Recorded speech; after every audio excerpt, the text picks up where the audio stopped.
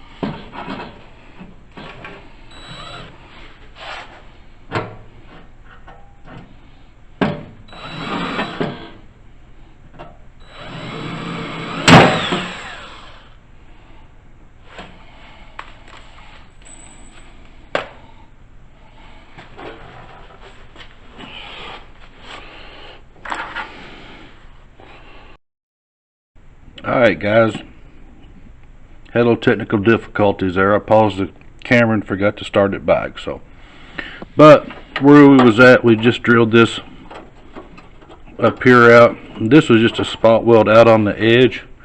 It still seemed tight, so I took my cutoff wheel and split this right here along this edge where I could get this piece out. So, and then took and went up and broke this. There's a little weld right here, but you can still see a little part of it left. And then I was able to get that last little piece. It sits right up in there, and it dusted up underneath this corner just a little bit. I had to bend this up just a hair to get this to slide out, but it's all out. Grind down my old spot welds here.